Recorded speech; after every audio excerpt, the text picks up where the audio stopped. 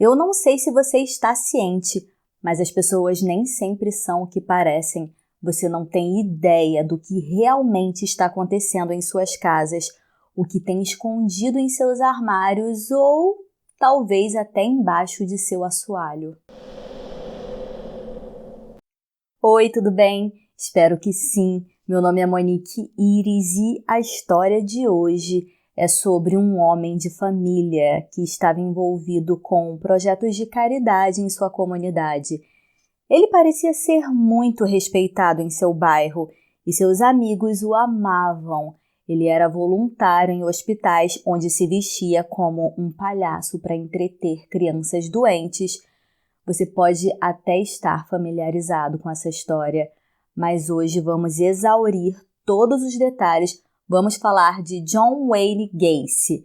Se você chegou aqui e curte essa proposta, se inscreva no canal, porque toda semana eu trago um novo conteúdo de terror baseado em fatos reais. Outra coisa, deixe o sininho ativado na opção todas, porque assim o YouTube te avisa quando eu subir um vídeo novo. Conversando com um serial killer, John Wayne Gacy, saiu faz pouco tempo no Netflix, eu tava doida pra assistir. Foi a mesma docu-série que, a propósito, falou de Ted Bundy, eu amei, achei bem completinho. Foi o vídeo da semana passada que eu vou deixar na tela final. Gente, eu gosto muito de assistir documentários para fazer os vídeos, porque eu acho as informações mais confiáveis que a dos sites. Mas esse documentário do John Gacy, sinceramente, não tem tanta informação, apesar de ter 3 horas. É interessante porque tem as fitas dos depoimentos com as confissões, mas ao mesmo tempo parece que falta muita informação. Se você já assistiu, me conta aqui se tiveram essa impressão. As pessoas gostam de chamar esse cara de palhaço assassino. E até dizem que ele inspirou Pennywise, porque foi ali, pela mesma época que o Stephen escreveu It. Mas eu acho que esse lance de associarem o John a palhaço assassino é meio apelativo. A história dele de palhaço é tipo 5% do total, e os crimes dele nem estão associados ao palhaço. Se vocês não conhecem a história, vão entender direitinho quando eu começar a contar os detalhes, e talvez vocês concordem comigo. Eu vou botar a foto de palhaço dele na miniatura? Sim, porque afinal de contas, ele ficou conhecido pelo lance do palhaço, mas sinceramente, nada a ver. E eu só vou acreditar que ele inspirou o Stephen King na hora que eu ouvi isso saindo da boca dele. Bora lá ver essa história, porque apesar de ter um palhaço, não tem graça nenhuma. John Gacy nasceu em Chicago no dia 17 de março de 1942. Ele era o filho do meio entre 2 irmãs. John não teve a melhor infância. Ele nasceu com um problema cardíaco que o impedia de praticar esportes. O médico colocou tanto medo nele que ele não podia se mexer muito. Isso deixou o garoto hipocondríaco. Em 4 anos do ensino médio, ele só compareceu num total de 1 ano. O resto do tempo ele passou em camas hospitalares. Seu pai achava que ele mentia ou exagerava sobre sua condição, chamava ele de fraco. Ele achava que a culpa era do John por esse problema cardíaco. John ficava na janela vendo os garotos brincando lá fora. Ele ouvia música clássica e lia muito. Ele se achava diferente, porque não era muito atlético, estava acima do peso por não poder se exercitar. O pai dele era homofóbico e bem duro com ele, não dava atenção para a família, ele praticamente morava no porão. Ele tinha um lugar onde queria ficar sozinho e ninguém podia ir lá. John era mais próximo da mãe e das 2 irmãs. Mas a vida com seu pai, alcoólatra abusivo, não era fácil. Por ser o único menino, ele sofria abuso verbal e físico, aonde muitas vezes ele foi parar no hospital. John foi exposto a coisas inapropriadas em uma idade muito precoce. Aos 5 anos, ele disse que foi acariciado por uma menina mais velha. Ele também era abusado por um dos amigos da família com apenas 8 anos de idade. Esse cara chamava ele para tomar sorvete e depois abusava dele. John nunca disse nada porque ele achava que seu pai iria bater nele, porque ele já batia nele por tudo mesmo. O garoto era um saco de pancada. Já na infância, ele tinha dúvidas sobre sua sexualidade e teve uma ocasião em que ele vestiu uma lingerie da mãe. Na adolescência, ele queria ser aceito e achou a melhor forma disso acontecer. Ele se envolveu nos projetos sociais da comunidade com 18 anos. John se tornou um capitão assistente de um candidato do Partido Democrático. Mais tarde, ele se tornaria um capitão de distrito, que era a pessoa responsável por manter a comunicação entre a população e os partidos políticos, como se fosse um representante da comunidade, ou seja, uma pessoa de confiança, respeitada. John era muito ativo na comunidade, fez muitas amizades no meio político, até com pessoas bem influentes, e todos pareciam realmente gostar dele. Durante o último ano do ensino médio, ele largou a escola e se mudou para Las Vegas. Quando ele chega em Las Vegas, encontra emprego numa funerária e o dono da funerária fica com pena dele porque ele não tem aonde ficar. E fala com ele que ele pode morar na funerária. Cá entre nós. Isso é macabro, né? Mas John parecia gostar da funerária. Um dia ele estava lá entediado quando chega o corpo de um adolescente. Era um jovem muito bonito. E John faz coisas proibidas com esse corpo. Ele abusa dele. Depois, mais tarde, esse assunto surgiu nas confissões dele e ele falou sobre esse dia. Foi decisivo para despertar um lado sombrio nele. Alguma coisa dizia na cabeça dele que ele estava fazendo uma coisa muito errada, mas que estava tudo bem. 3 meses depois, ele decide voltar para a casa dos pais em Chicago. Ele finaliza o ensino médio e entra na faculdade de administração, onde consegue seu diploma em 1963. Ele vai trabalhar em uma loja de sapatos. Essa loja abre uma filial em Illinois e ele vai morar lá a trabalho. Em sua nova cidade, ele continua muito ativo na comunidade. Ele retoma seus interesses em política, ele chegou a ser vice-presidente de uma organização sem fins lucrativos e ganhou prêmios por ser destaque nessas questões sociais. Nessa época, em 1964, ele conhece uma colega de trabalho chamada Marilyn Myers e eles namoram, ficam noivos e se casam em tempo recorde, tudo no mesmo ano. O sogro dele comprou 3 franquias de um restaurante muito famoso de frango frito no balde e entregou na mão dele para ele administrar e dar um conforto para a nova família. Esses restaurantes ficavam em Iowa, Waterloo, onde ele morava agora com sua família, Marilyn e, posteriormente, os 2 filhos do casal. Agora John era bem de vida, tinha 3 franquias que bombavam nos anos 70. Aliás, até hoje, né? Americano ama frango frito. Tinha um casamento bacana, 2 filhos, uma boa casa, uma família feliz. John fazia parte de um grupo chamado JCs, que era formado por jovens que faziam caridade. As pessoas amavam o John e ele era tipo o líder, muito empenhado e dava frango frito de graça.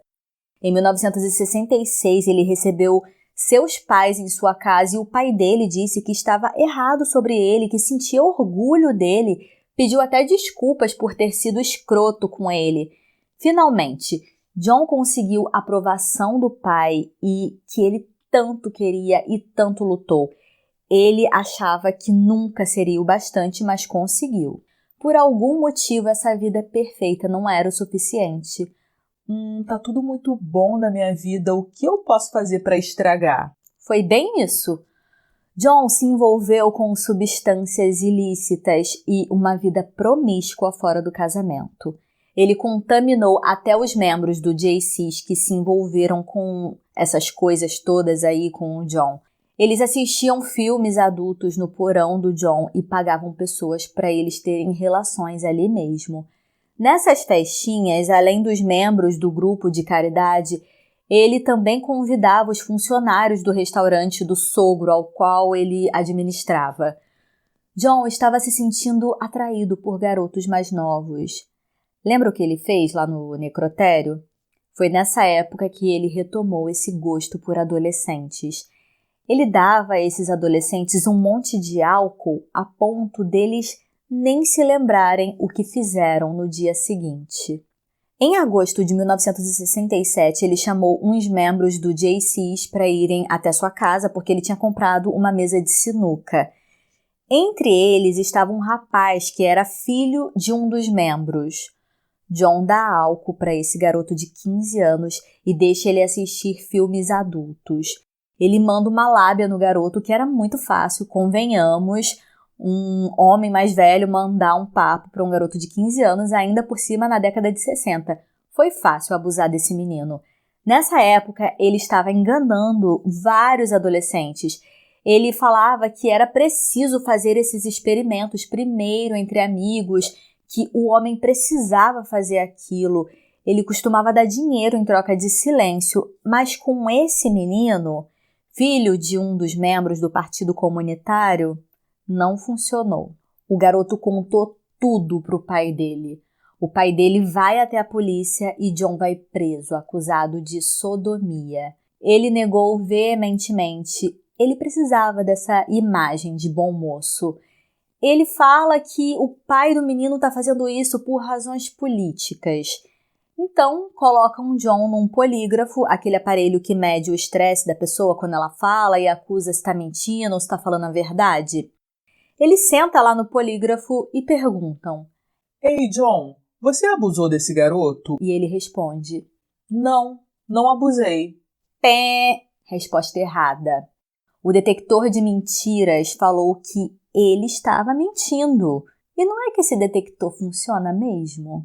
Ele ia ficar preso esperando o julgamento. Adivinha o que John fez na cadeia?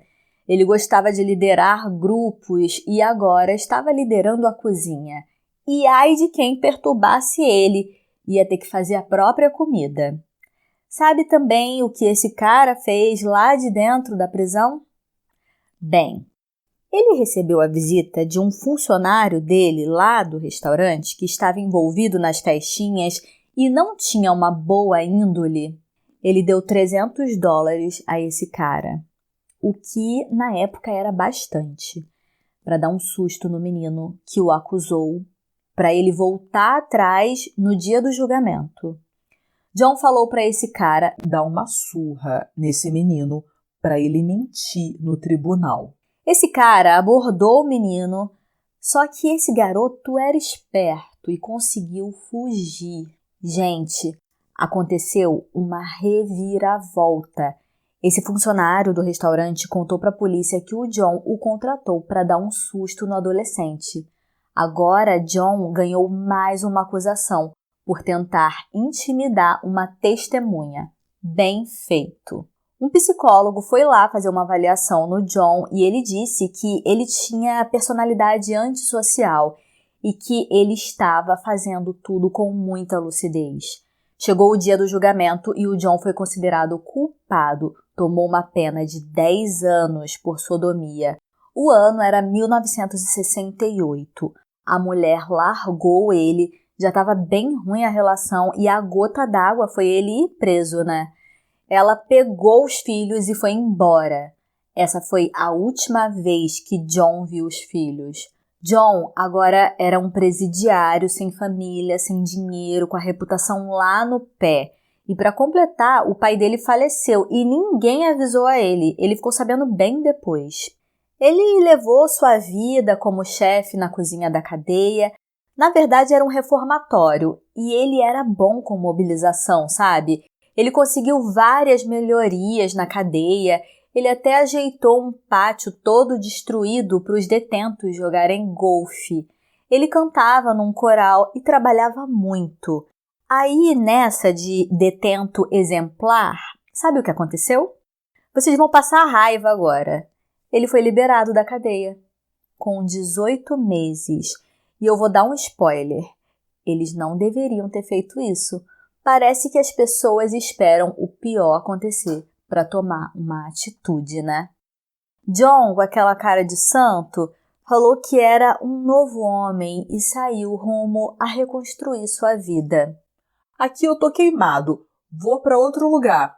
Opa, já sei, vou voltar para Chicago porque lá eu tenho meus contatos e ninguém ficou sabendo do que eu fiz por aqui. Partiu Chicago.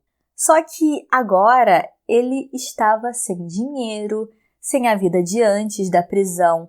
Ele foi em busca de um emprego e encontrou como cozinheiro de um restaurante. Só que o cara tinha mania de grandeza. Ele mentia dizendo que era rico, influente. Ele era muito snob. Fazia 1 ano que ele estava em Chicago e essa criatura foi de novo acusado de agredir e abusar de adolescentes em pelo menos mais 2 ocasiões, mas em ambos os casos as acusações acabaram sendo retiradas. Sabe por quê? Porque ele ameaçava esses adolescentes. Aí eles voltavam atrás e retiravam a acusação. Ele teve inúmeras chances até agora, mas ele vê que esse método funciona para ele e ele segue fazendo as asneiras dele. Esse cara compra uma casa com a ajuda da mãe e vai morar sozinho. Ele resolve empreender em um negócio de pintura, decoração e manutenção de casas. Na nova empresa, ele começa a contratar adolescentes, garotos muito jovens, sem experiência nenhuma. Até um amigo dele falou: Cara, contrata profissionais com experiência. Mas ele queria jovens perto dele e de preferência bonitos. John estava ganhando dinheiro novamente e voltando a se tornar ativo na comunidade local. Ele era o que chamam nos Estados Unidos de capitão de bairro, uma pessoa responsável por cuidar das pessoas com caridade, ações sociais. Ele era muito respeitado. Ele até usava sua empresa para ajudar pessoas nas nevascas, tirando o excesso de neve dos quintais. Nos verões, ele dava grandes churrascos temáticos na sua casa. As pessoas usavam fantasias, se divertiam horrores. Ninguém fazia ideia do que ele tinha feito em Iowa, como no vídeo da semana passada, né? Ninguém nem sabia quem era Ted na Flórida. Antigamente, sem internet, parece que o mundo era muito afastado. Mesmo estando perto, as pessoas não sabiam o que se passava ali, de um estado para o outro. Hoje você sabe até o que está acontecendo na China, né? Mas por causa da internet. Sem internet era mais limitado, então ninguém sabia o que o John Gacy tinha feito. Ele tinha uma nova chance nas mãos de fazer o bem, de recomeçar. John começou a se inserir em várias atividades, inclusive como voluntário em desfiles que arrecadava fundos para hospitais infantis. Ele começou a se vestir de palhaço e ia nesses hospitais alegrar a criançada. Ele criou o palhaço Pogo e frequentava ativamente esses hospitais. Até no documentário ele fala: Quem vai desconfiar de um palhaço? Quando ele estava vestido de palhaço, se sentava no colo das mulheres e elas nem reclamavam. Como palhaço, você esconde a sua imagem. Você pode fazer coisas que não faria como uma pessoa comum. Gente, a parte do palhaço é só isso, tá? Agora faz sentido para você o que eu falei lá no começo do vídeo? Que eu acho que a parte do palhaço é meio que sensacionalismo. Mas pensando bem, como que uma pessoa que faz o bem, entretém crianças doentes, ajuda o próximo, ao mesmo tempo está fazendo coisas muito erradas, tipo, muito sérias. Gente, olha a cara do Pogo, olha essa maquiagem. É assustador, né? Vocês têm medo de palhaço? Eu acho que desse aí, nossa, ele é meio medonho, né? Deve ser porque a gente já sabe o fim dessa história. John agora recomeça sua vida amorosa. Ele reencontra uma ex-namorada e fica noivo dela. Essa mulher, Carol, tinha 2 filhas e era divorciada. Eles se casaram em 1972 e formaram uma família. No começo foi tudo muito bem, mas aí, do nada, John confessa a ela que se sente atraído por homens. E ela já estava desconfiando, sabe? Ela sabia que aquela família era pura fachada. Ela tinha visto revistas de conteúdo gay nas coisas dele e ele só andava com um monte de garotos mais novos até tarde da noite. Eles ficaram casados por 3 anos, o que eu ainda acho muito. John, agora divorciado, estava lá na empresa dele, empregando muitos estudantes do ensino médio e oferecendo a eles horas extras, se é que você me entende. Aí esses meninos tinham aumento de salário, promoção, e o John já contava com um harém. Alguns ameaçaram explanar os segredos dele para a vizinhança e foram ameaçados com arma. Um desses casos saiu do controle. Foi em 1976, quando John teve um probleminha com um jovem de 18 anos, que ele havia dado carona. Esse menino não tinha para onde ir. Naquela época, tinha muitos jovens nas ruas largados à própria sorte, porque as famílias expulsavam de casa os filhos que se assumiam gays. A sociedade era muito machista, homofóbica, a comunidade gay era criminalizada por essas pessoas e também eram negligenciados, inclusive pela polícia. Eles não eram levados em consideração, sabe? Então, John chega para esse jovem de 18 anos. Ei, eu tenho um quarto vago na minha casa e posso te dar um emprego, você quer? E esse menino, eu quero. Não demorou muito até que John tentou estuprar esse jovem. O garoto tenta fugir e John diz de uma maneira ameaçadora que era melhor ele dar o que ele queria. Esse menino conseguiu escapar, mas muitos outros que foram se envolvendo com ele não teriam essa sorte. Os que conseguiam escapar tinham muito medo dele, porque primeiro eram adolescentes ingênuos. Era outro tempo. O John era respeitado na cidade e tinha vários certificados na parede da casa dele. Ele ganhou o título de homem do ano na cidade. Era amigo de pessoas importantes que iam ficar do lado dele caso esses meninos fossem denunciar. Ninguém vai te ouvir. Ninguém vai acreditar em você, ele dizia. Os garotos pensavam assim: pra que vamos denunciar esse cara se ninguém vai acreditar mesmo? O John costumava enganar os meninos dizendo que tinha um truque de mágica. Aqui, meninos, eu consigo me soltar de uma algema. Quando algum garoto se interessava em aprender o truque, logo descobria que, na verdade, John só tinha a chave escondida na mão. E por isso ele conseguia escapar. Então, não havia mágica. O garoto não conseguia sair das algemas. John tirava vantagem desse menino fazendo uma tortura doentia e abusando deles muitas vezes. Outro truque que ele tinha era o da corda. Ele colocava uma corda ao redor do pescoço do adolescente e então apertava, estrangulava o menino até a morte. Cada dia ele ficava mais agressivo. Quando o garoto começava a soltar fluidos corporais após a morte, John colocava uma cueca dele na garganta da vítima para não sujar o tapete. Se algum dia na vida John teve limites, esse dia acabou. Esses corpos ele começou a esconder embaixo de sua casa, entre o assoalho e o solo. Tinha um pequeno vão ali. Essas casas de madeira são construídas com uma certa distância do solo por causa da dilatação. Ali, no chão de terra, era perfeito para esconder corpos. John começou a frequentar uma praça que era tipo um point gay na cidade, para onde os meninos que eram expulsos iam. Lá eles se vendiam por dinheiro. O John conseguiu algumas vítimas ali. Outra forma que ele conseguia vítimas, ele usava uma sirene de polícia no carro dele e tinha uns 50 distintivos falsos.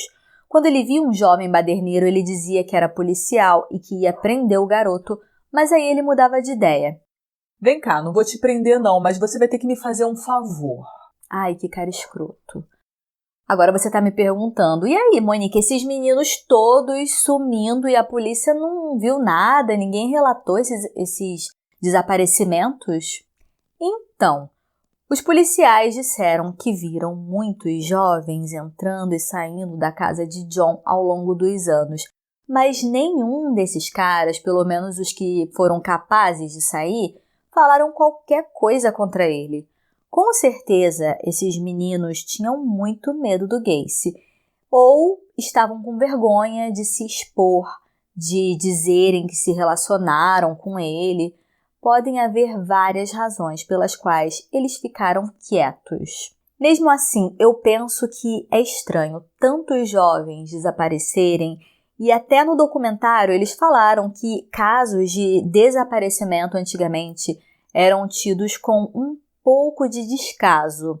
Os policiais davam boa sorte aos pais e ficava praticamente por isso mesmo. Na verdade, eles diziam aos pais: Ah, seu filho só fugiu de casa, em breve ele volta. É coisa de adolescente fugir de casa. A primeira vítima conhecida de John foi um garoto de 16 anos, em 2 de janeiro de 1972. John estava dirigindo quando ele viu um adolescente esperando um ônibus, tarde da noite.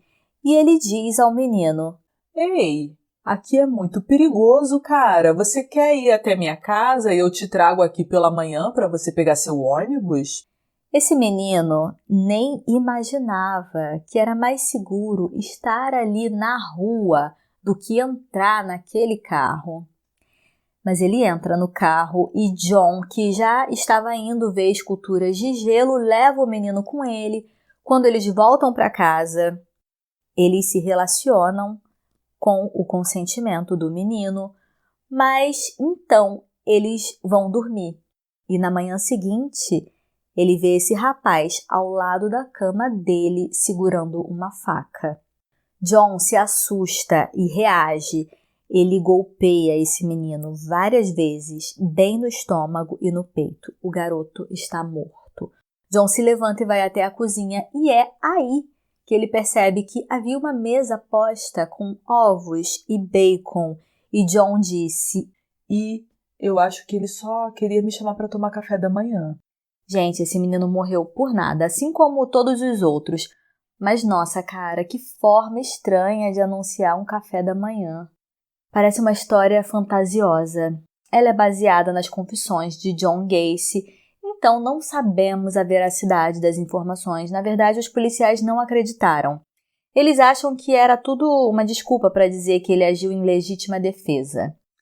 John come aquele café da manhã que o falecido fez para ele e vai se livrar do corpo.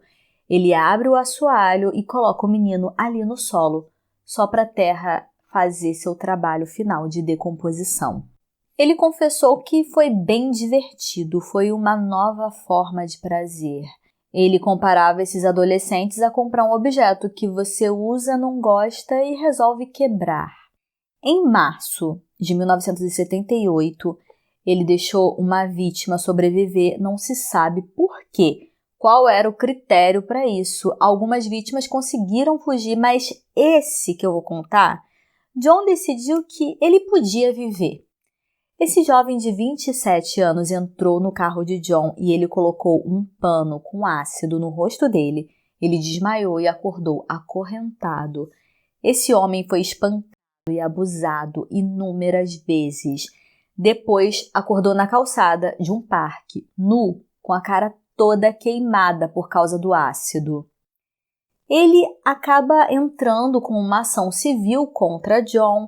Ele contou tudo à polícia, mas a polícia não deu bola, porque o cara era gay e eles achavam que relações sem consentimento não aconteciam entre homens. Essa vítima não ficou nem um pouco contente e foi atrás do Gacy. Ele não sabia onde o Gacy morava porque ele chegou na casa desacordado.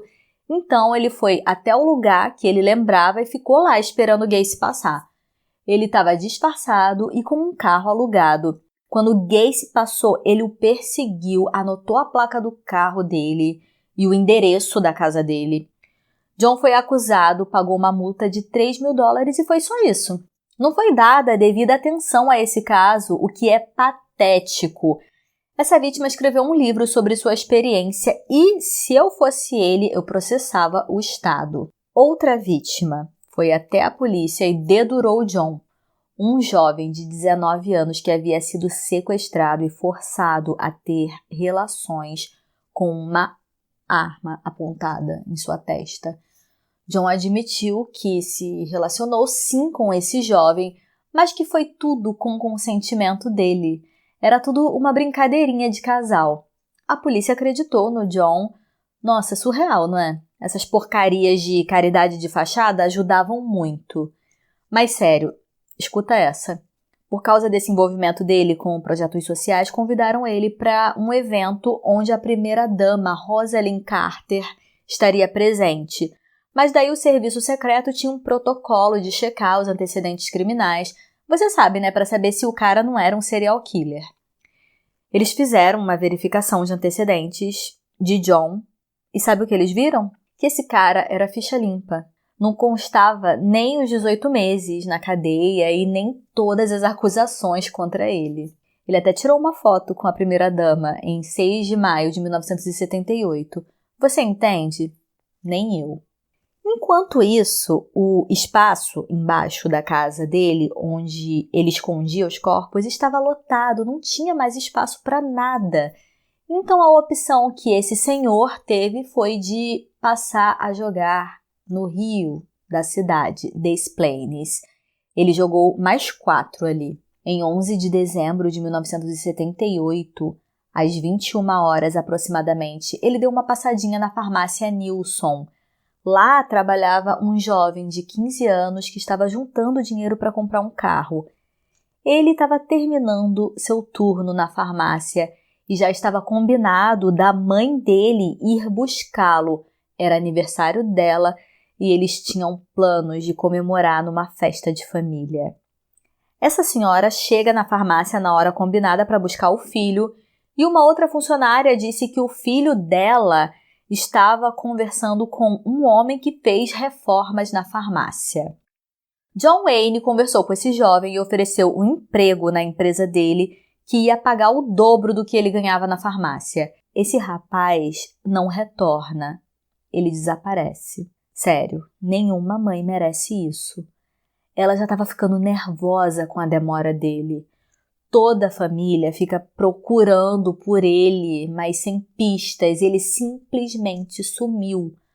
A mãe da vítima vai até a delegacia reclamar o sumiço do filho naquela mesma noite, a noite de seu aniversário. Depois de um reinado de assassinatos de 6 anos, John finalmente ia se dar mal porque ele mexeu com um cara errado, com um rapaz de família. É a pura verdade, a polícia não estava interessada naqueles rapazes que ficavam pelas ruas. No documentário fica bem claro isso. O tenente que assume o caso é um conhecido da família e está determinado a encontrar o jovem desaparecido. Esse tenente descobre que o jovem foi visto pela última vez com John Wayne Gacy, o dono da empresa que recentemente ajudou a reformar a farmácia em que a vítima trabalhava. Ele também descobre os podres de John em Iowa, a condenação e os 18 meses que ele passou preso. O tenente liga para o John e deixa uma mensagem perguntando se ele poderia passar na delegacia para conversar. Só que John estava ocupado naquele momento, né? Ele tinha um corpo para desovar, ok? Ele dirige até o rio, se livra do corpo e na volta dá tudo errado. Ele passa numa estrada toda enlameada e precisa pedir um reboque. Conclusão. Esse sujeito aparece na delegacia às 3 da manhã, a hora do capeta, todo sujo de lama e com o carro também todo sujo, mas são 3 da manhã e uma pessoa pede para ele voltar no dia seguinte porque o tenente já havia ido embora. John volta e conta sua historinha absurdamente mentirosa e o tenente sente que, de alguma forma, ele está mentindo. Ele pergunta se pode olhar sua casa. John acaba entregando as chaves dele. Ele fica sob custódia enquanto sua casa é revistada. Esse tenente tem a esperança de encontrar o jovem da farmácia desaparecido ali na casa de John.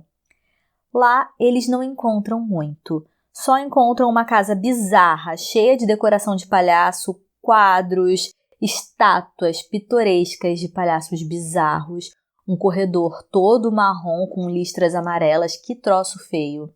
Também encontraram revistas de pedofilia e pornografia gay.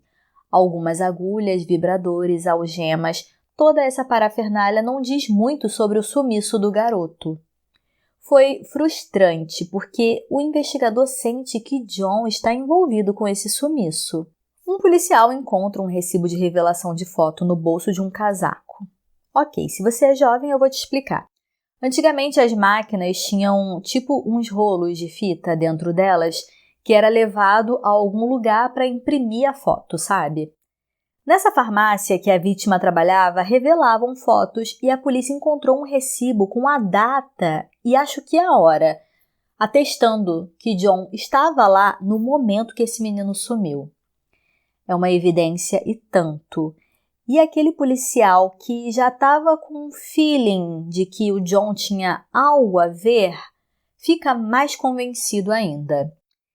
Eles precisavam de algo concreto, porque o recibo das fotos ainda não significava nada. Eles foram obrigados a liberar John, mas começaram a vigiar ele 24 horas por dia e John gostava, viu? Ele era o centro das atenções, ele manipulava os agentes, brincava de gato e rato, ia em lugares nada a ver, o dia inteiro cansando os agentes, dirigindo feito um maníaco e debochando com os amigos, dizendo que agora ele tinha guarda-costas. Na primeira busca na casa de John, a polícia apreendeu alguns itens suspeitos, tipo um anel de formatura do colegial, que é uma coisa que um jovem usaria. John gostava de guardar itens de suas vítimas, sabe? Uma lembrancinha para recordar? Esses psicopatas doidos costumam fazer isso. Os investigadores descobrem que o dono verdadeiro desse anel era um outro garoto que estava desaparecido há 2 anos. Eles foram atrás de interrogar funcionários do John e descobriram que alguns ex-funcionários tinham desaparecido. O John sempre falava, ele pediu demissão. mas era estranho porque o carro de um deles ainda estava estacionado na empresa. Naquele mesmo dia, John chama a polícia para tomar um café. Eles estavam na cola dele e John só queria colaborar, sabe? Porque ele era um cidadão do bem, capitão da comunidade. Ok, eu sei que vocês estão suspeitando de mim, mas eu vou provar que eu sou do bem. Isso tudo é um grande mal-entendido. A polícia topa ir até a casa dele e um dos policiais pede para ir ao banheiro. Mas quando esse policial dá a descarga e o aquecedor liga, sobe um fedor, mas um fedor tão grande da tubulação, o que é conhecido no meio policial como cheiro de morte. É um cheiro diferenciado que eles conhecem muito bem. É o cheiro de cadáver em decomposição. John arrumou um advogado que processou o Estado e o Departamento de Polícia por assédio. O advogado disse que as buscas eram ilegais e que a polícia pegou seus pertences sem permissão, além de estarem destruindo a reputação desse cidadão de bem, John. Então, o que eles precisavam para averiguar o cheiro de cadáver era um mandado de busca que, depois desse processo, foi negado. Mas a polícia tinha permissão para continuar vigiando ele 24 horas. Foi então que ele se descuidou. Ele se achava esperto. Entregou uma substância ilícita a um funcionário de um posto de gasolina. Isso foi muito bom, porque agora puderam prendê-lo. John estava preso mais uma vez e agora a polícia consegue outro mandado para revistar sua casa. Eles também colhem depoimentos de um dos funcionários dele e descobrem que, um tempo atrás, John pediu a ele para cavar uma vala sob o assoalho. Enquanto a polícia está vasculhando a casa de John, John está sendo interrogado na delegacia e eles estão tentando obter uma confissão dele. Ok, John, confesse logo, porque os policiais farão o que for preciso para encontrar o corpo do rapaz da farmácia desaparecido. John diz que esse rapaz, especificamente, não está em sua casa, mas que eles poderiam encontrar outros. E ele continua naquela história que matou em legítima defesa. Lá na casa, os policiais se deparam com um alçapão e quando eles abrem, o cheiro de podre fica ainda mais forte. Um policial desce até o chão e é um espaço bem pequeno. Ele vai rastejando e de repente esse policial vê vários vermes, milhares de vermes ali naquela lama. Ele faz um pequeno buraco de onde está saindo os vermes e vê ombros, pernas, cabeças, um verdadeiro show de horrores. Não tem mais como John mentir, afinal de contas, a casa caiu para ele. Finalmente, John começa a confessar tudo e admite ter 27 corpos em torno de sua propriedade. Ele também confessa jogar corpos no rio. O corpo do funcionário da farmácia não aparecia por nada. Eles foram lá para isso e acabaram achando vários outros, menos o desse rapaz. John fez até um desenho para mostrar para a polícia onde todos os corpos estavam enterrados. Demoliram a casa, usaram uma escavadeira, o negócio foi louco. Os vizinhos tudo em volta olhando com a cara de surpresos. Nossa, o John, amigo do bairro, não pode ser. Enquanto isso, a polícia saía com aqueles sacos pretos, aquelas macas com um lençol branco. Eram muitos.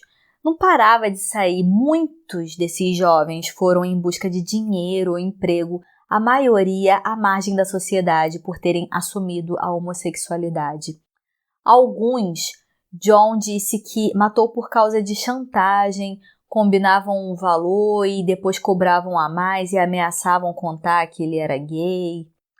Uma coisa bizarra que ele falou no documentário foi que ele estava curtindo estar nos holofotes. Ele merecia estar na mídia porque ele fez coisas que ninguém tem coragem de fazer. John foi fazer um teste de sanidade mental porque a essa hora os advogados estavam tentando de tudo, né? Ele poderia ser um esquizofrênico, paranoico, com múltiplas personalidades e ter uma pena mais leve. Mas a acusação dizia que nada disso, ele tinha controle total de suas ações. Até lá nas coisas dele, no meio das revistas de conteúdo adulto, tinha um livro de processo criminal com as páginas de defesa por insanidade mental, tudo marcado com marca-texto. Ele agiu muito bem premeditado, foi tudo muito bem planejado. Com a escavação já concluída, foram encontrados 29 corpos no total. E lá no Rio acharam mais 4, incluindo, finalmente, o do rapaz funcionário da farmácia. Que trágico. John agora estava sendo acusado de 33 mortes. Ele foi o primeiro a ser julgado por essa quantidade enorme de mortes lá nos Estados Unidos. Nessa de decidir se ele era louco ou são, afinal de contas isso era decisivo, ele passou por mais de 300 horas de avaliação com vários profissionais diferentes. No fim das contas, John foi considerado são. Não tem problema mental, pode ser julgado sim. O exame acusou que ele era uma ameaça permanente à sociedade. Ele tinha uma desordem que não podia ser curada com medicamentos. Era um psicopata, mas estava são. O julgamento durou 6 semanas, atraiu muitas pessoas. Vocês sabem que o país para, né? Uma cena que particularmente me chamou muita atenção foi da mãe do John de andador indo ao tribunal ver o filho, bem ruinzinha de saúde, tadinha, que desgosto. Ela deu seu depoimento dizendo que na infância ele sofreu muito, que apanhou muito. Ela estava tentando sensibilizar, talvez. O advogado de acusação fez um discurso muito emocionante. Ele levou a carcaça do alçapão, colocou na frente do juiz e começou a rasgar as fotos das vítimas. Ele rasgava e jogava no alçapão. Daí ele falou assim: tenha por John Wayne a mesma misericórdia que ele teve com esses meninos. O júri levou 2 horas para decidir que ele era culpado de 33 assassinatos e que a ele caberia 12 sentenças de morte e 21 sentenças de prisão perpétua. John ficou caladinho com a decisão, não esboçou nenhuma expressão. Lá fora rolava a maior festa, nada pode trazer esses meninos de volta, mas imagino o alívio das famílias das vítimas e também a certeza de que esse cara não voltaria a atacar mais ninguém. Eu não julgo ninguém que comemora a execução de um cara como esse. John foi condenado à morte em 13 de março de 1980, 4 dias antes de fazer aniversário. Mas eu não sei o que acontece que esses caras ficam anos no corredor da morte tentando recorrer e acontece um monte de interrupções. Eu sei que esse cara ficou vivo mais 14 anos. Ele deu um monte de entrevistas estúpidas falando que era inocente depois de confessar tudo. Veio o papo de que foi condenado erroneamente. Em uma de suas entrevistas antes da execução, ele estava em completa negação e não mostrou nenhum sinal de remorso por seus crimes horríveis. Ai, gente, que preguiça, sabe? Esses cadáveres simplesmente apareceram ali no solo da casa dele, mas não foi ele. Esse sujeito passou os seus últimos dias na cadeia, pintando e escrevendo um monte de besteiras sobre sua inocência. Olha, eu vou deixar passando alguns quadros que ele pintou na cadeia. Olha que troços horrorosos. Olha isso. Caraca, você compraria um quadro desse? Cara, ele pintou o Pennywise. Até ele deve ter achado que foi a inspiração do Stephen King. Fala sério. Volta e meia esses quadros aparecem no eBay ou em algum leilão e tem lances altos. Um estava em 2021 com um lance inicial de $8.000. Não consegui achar por quanto foi comprado, mas o lance inicial era esse. Para sua última refeição, Gacy pediu camarões fritos, um balde de frango frito, batatas fritas e morango. Pouco antes da execução, lá no documentário diz que ele falou assim: "Mesmo vocês me matando, quem ganhou fui eu. Eu matei 33 vezes e vocês só vão matar uma vez. Eu sou mais esperto." John Wayne estava com 52 anos de idade quando recebeu uma injeção letal e foi declarado morto em 10 de maio de 1994. Há rumores de que suas últimas palavras foram: "Beije meu traseiro." Mas lá no documentário, o procurador do estado que julgou o caso e que estava entre as testemunhas da execução, ele estava lá na hora que aplicaram a injeção. Segundo ele, isso não é verdade. Ele disse que não ouviu nada disso. Mas é uma boa frase para se dizer, né? Mostra que ele era bem normal. Foi feito um funeral coletivo sério. Muitos e muitos caixões, um do lado do outro.